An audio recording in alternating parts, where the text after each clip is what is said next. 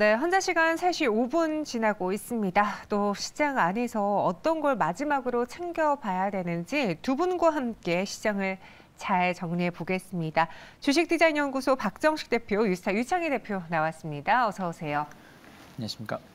네, 안녕하십니까. 오늘 시장이 좀 재미가 없다라는 이야기가 지난주에 이어서 이번 주에도 좀 들리고 있는데 그 안에서 시청자분들이 끝까지 좀 궁금해할 만한 종목들, 고민하는 종목들 세 가지 빠르게 보도록 하죠. 먼저 한국항공우주부터 보겠습니다. 이 시장 안에서도 3%대 상승을 끝까지 유지하고 있고 오늘 외국인 기관의 순매수 들어오고 있습니다. 다누리 1차 궤도 진입 소식 때문이라고는 하는데 어떻게 두 분 모두 이 추세가 이어질 거라고 보시는지 의견 열어보도록 하죠. 처음부터 OX로 나뉘어졌는데 유창희 대표님, 네. 거의 한국항공우주가 그 고점에서 쭉 내려온 이후로 한 3달 가까이 횡보했어요. 네. 박스권이라고 해야 되나요? 그런 식으로 좀 지지부진한 상황에서 하단이 붕괴되진 않는데 상단이 또 쉽게 열리지도 않는 상황이거든요. 의견 주신 이유는 무엇일까? 지금 방산주도 다 마찬가지예요. 지난 여름에 고점을 찍고 나서 한번 크게 조정이 나오고 나서 기업별로 좀 조정의 폭은 다르지만 대부분 한 20~30% 정도 조정이 나왔을 겁니다. 그리고 나서 옆으로 횡보하는 모습을 좀 보여주고 있어요.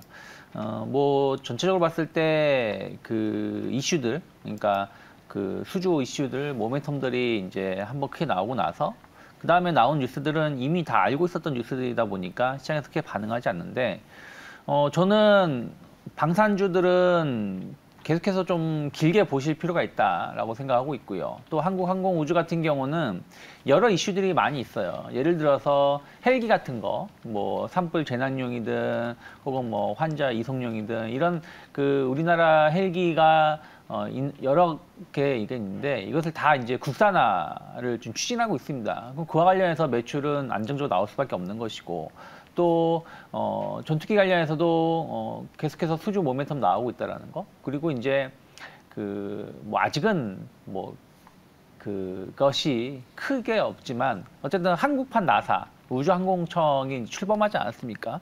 그런 부분들이 앞으로 이제 우주 경제를 우리나라가 이제 계속해서 확대할 수 있다는 부분들은 저는 나쁘지 않다라고 보고 있기 때문에 지금 가격대라면 그렇게 나쁜 가격은 아니지 않나 판단하고 있습니다. 지금 가격대라면 그리 나쁜 가격은 아니지 않느냐. 약간 좀 시니컬하게 말씀해 주셨는데 박정식 대표님은 반면에 X를 주셨습니다.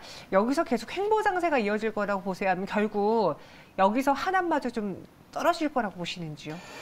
한동안은 떨어지지도 않고 그렇게 또 많이 올라가지도 않을 것 같아요. 그래서 일단은 X 의견을 드렸고요. 네. 일단 그런 이유는 지난 2020년에 한 차례 상승력이 나오고 그다음에 2021년 후반부터 2022년 중반 이상까지 상승력이 좀 강력하게 나왔기 때문에 지금과 같이 이제 이러한 장세에서는 그렇게 강력한 상승력과 또 강력한 하락력도 만들지 않는 횡보 국면을 조금 만들어가지 않을까라고 생각을 합니다. 물론 외국인 수급력이 좀 들어오고는 있는 상황인데 이건 이제 이슈적으로 좀 접근이 되는 것 같아요. 왜냐하면 2027년까지 1조 5천억 정도 투자를 할 것이고 또 내년부터 FA50 폴란드의 48대 수출 물량이 본격적으로 나갈 것이고 또 우리나라 첫 번째 달 탐사선 다누리가 임무를 좀 정상적으로 수행하고 있다. 이런 이제 다양한 이슈들이 좀 긍정적으로 나오면서 단기적인 상승력 정도는 만들어낼 수 있을 것 같습니다. 그래서 대략 한 54,000원에서 현재 이 45,000원 사이 폭으로 좀 지그재그 폭을 좀 만들어가면서 횡보 국면을 만들 수 있는 여력이 존재할 것 같고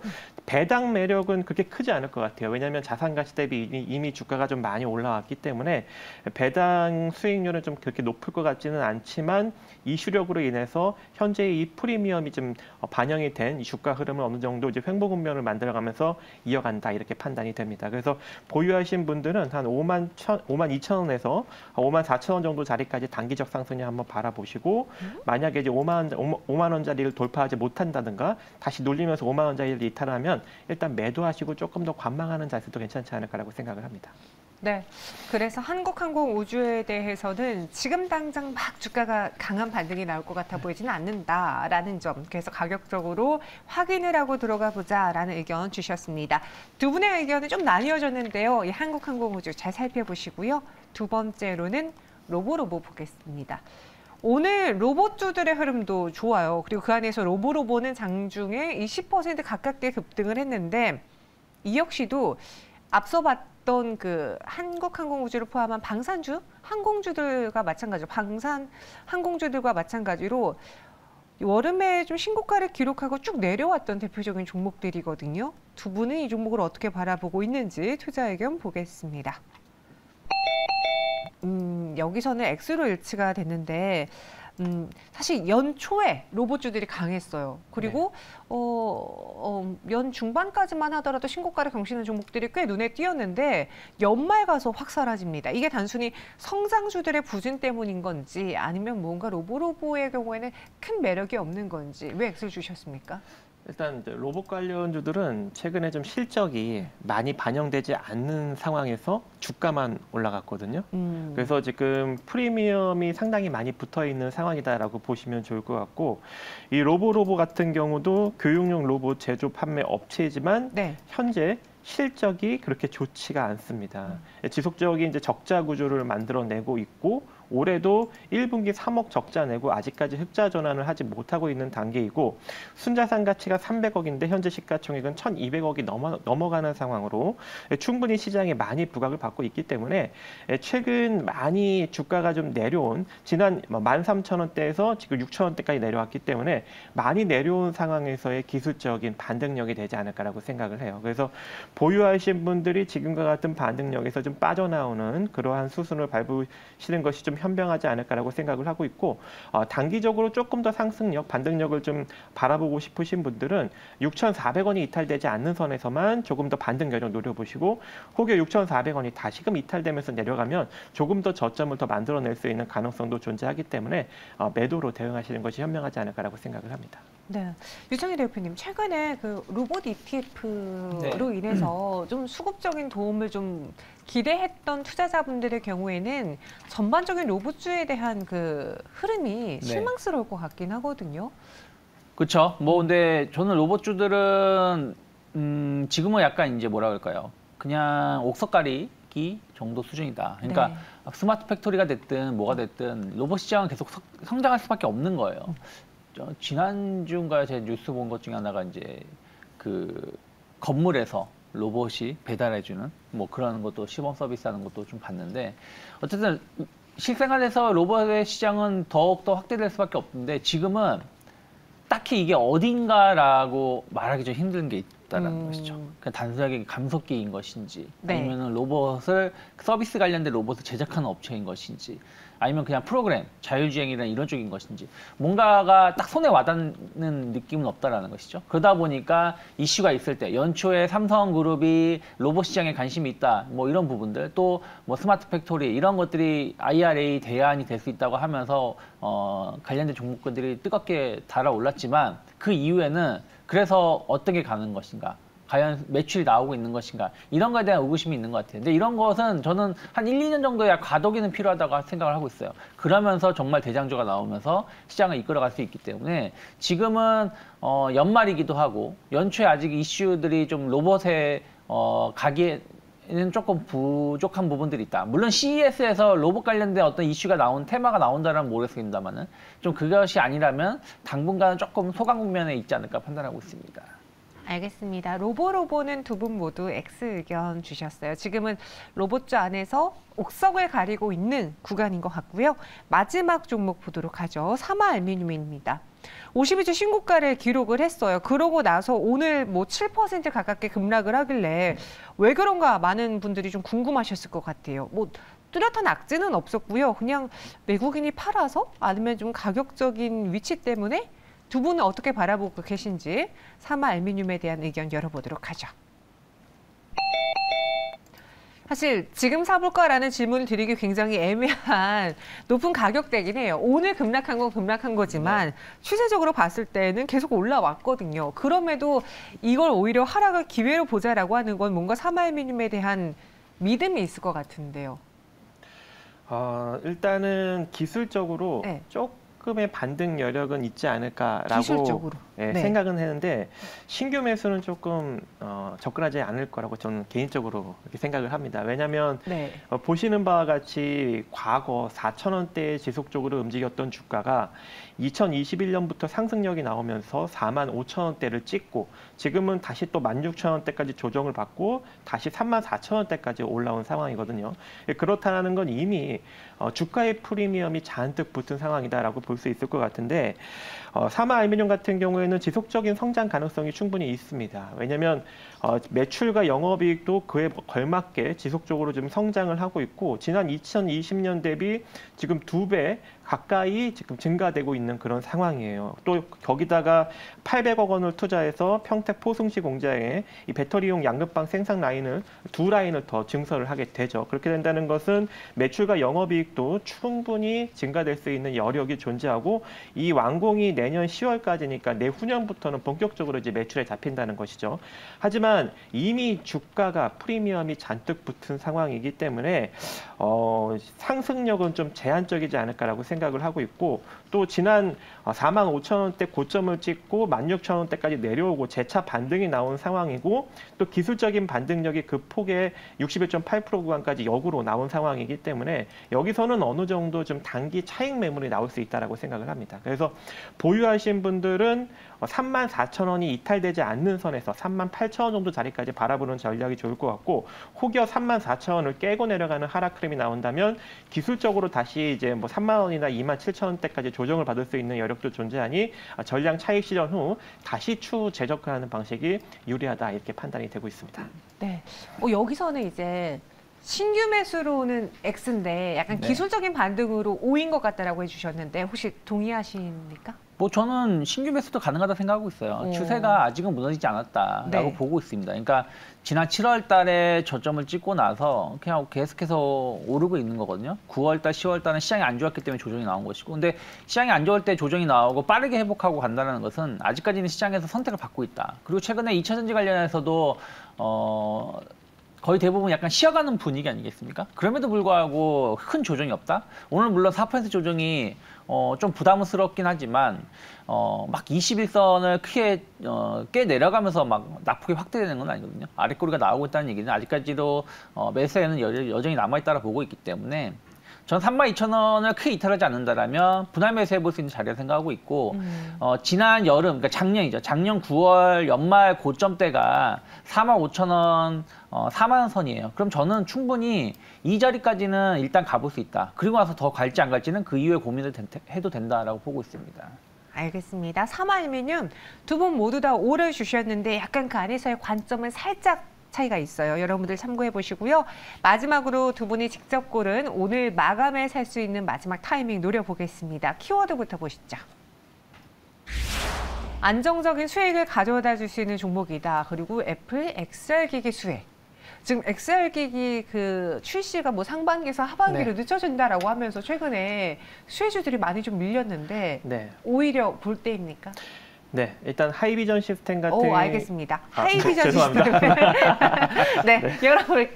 열어볼게요. 하이비전 시스템 그리고 W게임즈를 꼽아주셨어요. 하이비전 시스템 같은 경우에는요? 하이비전 시스템 같은 경우에는 일단 XR 기기로 그렇게 강력하게 묶여서 주가가 움직였던 전력이 없습니다. 그래서 아무래도 이번에는 이런 이제 이슈를 바탕으로 한 실적 바탕으로 좀 주가가 상승력이 나타날 것 같고요. 뭐 일단 실적은 2020년 대비 조금 2021년에는 조금 2021년 대비 2022년에는 감소하는 추세를 보였습니다. 1, 2, 3분기 지속적으로 조금 부진한 흐름을 보였지만 4분기부터는 다시금 2021년의 영광을 되찾을 만한 정도로 매출과 영업이익이 강력하게 나타날 가능성이 존재하고 최근 또 이 수주 물량이 거의 다 지금 4분기에 또 매출로 잡히게끔 반영이 되는 상황이어서 4분기부터 내년도까지 지속적으로 이제 어닝 서프라이즈를 이어갈 가능성이 매우 높은 상황이고요. 또 이슈적으로 보면은 이제 애플이 3개의 카메라 모듈을 탑재한 XR 기기, 이것을 이제 내년 상반기에 출시를 할 예정인데, 이 애플의 XR향 신규 검사 장비를 또 납품할 수 있는 가능성이 매우 높다라고 점쳐지고 있는 상황이고, 거기다가 이제 2차 전지 패키징 장비, 거기다가 반도체 웨이퍼 장비, 자율주행 핵심 센서 검사 장비까지 내년에 전부 다 예정이 돼 있다고 합니다. 그렇다는 건 4분기를 기점으로 내년까지 엄청난 성장을 할 수 있을 가능성이 매우 높게 점쳐지고 있는 상황이어서, 최근 이 외국인과 기관의 순매수력, 특히 이제 기관의 순매수력이 조금 강력하게 유입이 되고 있다라고 볼 수 있을 것 같습니다. 그래서 특히 이제 기관의 순매수력이 강력하게 유입이 되고 있는 단계에서, 만약에 이제 최근 이 주가 상승력이 조금 더 나오면서 외인의 순매수력까지 강력하게 들어오게 된다면 추가적인 상승력이 아무래도 더 나올 수 있는 여력이 존재하고, 이 상태로 추가적인 상승력이 나타난다면 기술적으로 한 22,000원에서 이제 23,600원 정도 자리까지는 바라볼 수 있는 여력이 충분히 존재한다라고 생각을 하고 있고요. 만약에 주가가 이제 밀리게 된다면, 밀렸을 때 만약에 이제 19,000원 이하로 한 18,000원대까지 이제 밀리는 흐름이 나타난다면, 그때는 조금 주춤하면서 횡보할 수 있는 국면이 나타날 수 있기 때문에 손절 라인 한 18,000원 잡고 대응을 하시면 될 것 같습니다. 그래서 단기적인 목표는 21,000원 제시해드리지만 23,000원대까지 바라볼 수 있다는 점을 여러분들이 염두를 하시고 대응하시면 좋을 것 같습니다. 하이비전 시스템 목표 주가는 21,800원, 손절가 18,000원입니다. 사실 하이비전 시스템도 뭐 자율주행하고도 엮이고, 그렇죠? XR 기기하고도 엮이고, 뭐 카메라 관련된 건 다 엮일 수 있는 재료 부자 같아요. 그렇죠. 재료는 많고 또 메이저들이 또 매수를 해주고 있기 때문에 그게 좀 메리트가 되지 않았나라고 생각을 합니다. 만약에 네. 기관이 강력하게 매수를 안 하고 있었다면 저도 접근을 안 했겠죠. 네, 네, 하이비전 시스템 봤고요. 유창희 대표님은 안정적인 수익을 가져다주는 W게임즈라고 네. 적어주셨어요. 근데 참 살면서 보니까 이 주식시장에 제가 막 그렇게 뭐 두 분만큼 오래 하진 않았지만 안정적으로 수익 가져다주는 회사 찾기가 쉽지 않더라고요. 쉽지 않죠. 네. 네. 물론 그렇다고 주가가 뭐 안정적으로 가는 것도 건 아니에요. 네. 뭐 적자 기업이라 해도 주가가 고공행진하는 게 있고, 맞아요. 엄청난 흑자를 보여줘도, 예를 들어 삼성전자, 하이닉스처럼 물론 뭐 그때 이슈 다르지만 어쨌든 주가는 하락하는 경우도 있고 하는데, 네. 어찌됐든 그래도 실적을 내주는 게 중요하다는 것이죠. 그러니까 지금 내년의 키워드는 전 경기 불황, 경기 침체 이슈가 될 수 있다는 생각을 좀 하고 있어요. 그만큼 지금 고금리가 이제 체감을 할 수밖에 없는 상황에 온 것이고, 이게 오랫동안 지속이 된다면 경기에는 영향을 받을 수밖에 없다라고 보고 있습니다. 그러면 이럴수록 더욱더 기업들을 볼 때 지금 수익이 나냐 안 나냐를 더 관심 있게 볼 것 같아요. 미래에 엄청나게 산업이 성장할 것 같아도 지금 적자가 계속 나가지고 미래에 이 회사가 살아남을지 아닐지를 어떻게 평가를 못한다라면 기업에 대한 메리트는 줄어들 수밖에 없고, 미래에 대해서 아직은 좀 불안하지만 뭐 안정적인 수익이 난다라면 그 불안한 미래를 대응할 수 있는 기업들에 대해서는 메리트가 높아질 수 있다 생각하고 있어요. W게임즈는 소셜 카지노 관련해서 거의 뭐 독보적인 점유율을 차지하고 있죠. 그리고 P2E 관련해서도 안정적인 수수료가 지금 나오고 있습니다. 그런 측면에서 본다라면 게임 회사들이 가장 큰 리스크는 신장 리스크예요. 최근에 NC소프트 저는 상당히 좋게 보고 있는데, 뭐 블리자드하고 같이 경쟁할 수 있다는 우려감들 때문에 주가가 막 8%씩 하락을 했거든요. 어떤 확인되지도 않은 걸로. 그런 거 관련해서 W게임즈는 그런 이슈가 없다라는 것이죠. 그래서 그런 측면에서 본다라면 안정적인 수익, 또 신작에 대한 어떤 불확실성이 적다라는 걸 본다라면 상당히 매력적이다.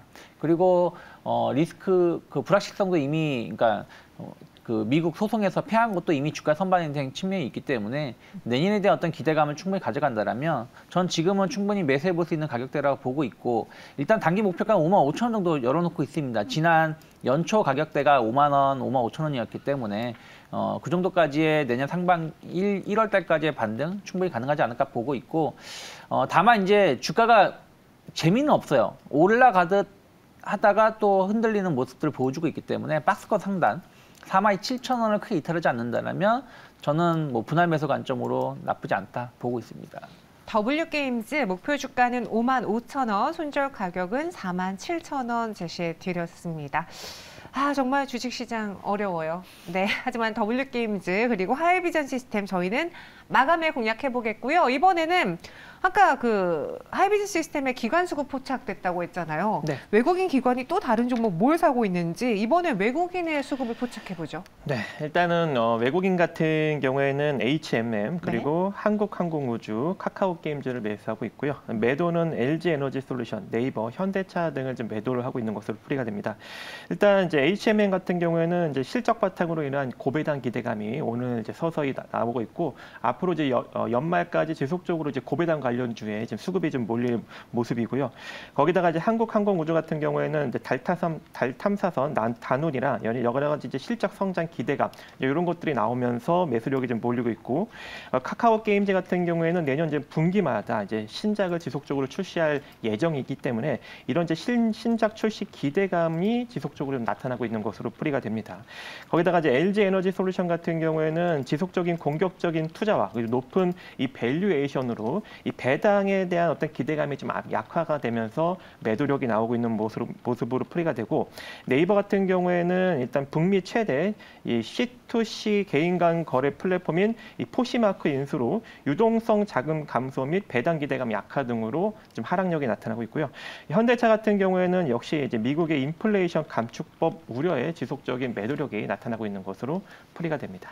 네, 이번에는 기관 쪽의 매수 매도 보겠습니다. 눈에 띄는 특징으로는 뭐가 있을까요?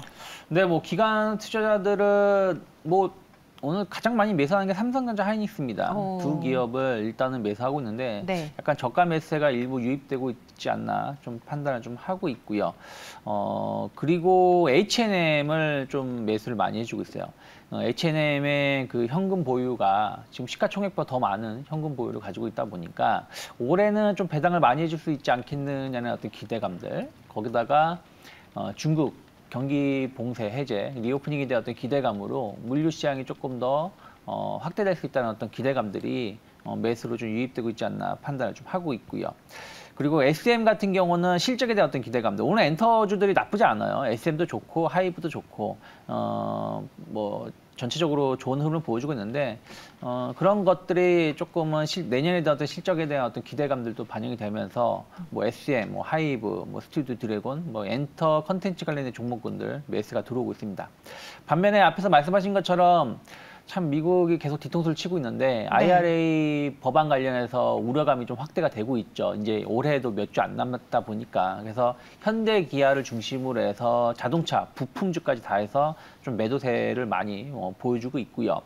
그리고 2차 전지는 계속해서 차익 매물이 나오고 있는 것 같습니다. LG 에너지솔루션, 뭐 삼성 SDI를 필두로 해서 뭐 LNF, 그러니까 중소형 그 소재주나 혹은 셀 업체 모두 일단은 매도세를 보여주고 있지 않나 보고 있습니다. 네. 오늘 시장을 보니까 사실 코스피, 코스닥 모두 낙폭을 줄이긴 했어도 여전히 시총 상위주들, 뭐 이건 뭐 코스피뿐만 아니라 코스피, 코스닥 다 양시장에서 대형주들에 대해서 별로 선호하지 않는 모양새가 오늘도 나타나고 있는데 이거는 이제 지수가 재미없기 때문에 그런 걸까요? 아니면 또 그 선후행이 좀 바뀐 걸까요? 뭐 전체적으로 봤을 때 뭐가 모멘텀이 없다라고 보시면 될 것 같아요. 근데 지난주가 이제 큰 모멘텀들이 다 소멸했죠. 근데 이런 것들이 하나는 좋게 해석을 하고 하나는 되게 부정적으로 해석을 하면서 그냥 상쇄시키는 부분들. 그러다 보니까 뭔가 기대할 게 좀 없다라고 보고 있습니다. 그러니까 수급도 상당히 공백기가 있죠. 외국인들이 오늘 같은 경우는 아주 많은 매도는 아니에요. 하지만 거래소 한 600억 정도, 코스닥도 한 400억 정도 매도가 나오고 있고 선물도 이렇다 할 액션을 취하지 않고 있습니다. 그래서 주초에는 먼저 우리나라가 움직이기보다는 미국 시장의 방향, 미국이 상당히 지금 분기점에 놓여 있거든요. 그래서 그러한 것을 확인하고자 하는 심리, 또 연말에 대한 어떤 부담감이 좀 있지 않나 판단하고 있습니다. 알겠습니다. 여전히 좀 부담감을 갖고 있는 시장 흐름 오늘 고스란히 보여졌습니다. 양시장 모두 낙폭을 더 키우진 않았어요. 그건 좀 다행인데 그래도 코스피가 보시다시피 약보합권에서 오늘 상승 전환에 성공을 하지 못한 모습 2353.43포인트 지나고 있습니다. 코스닥은 장중에 그래도 빨간불을 잠깐은 켜봤는데 현재는 보합에서 마감 준비하고 있고요. 717.04포인트 지나가고 있습니다. 마감 동시효과 함께 하셨습니다.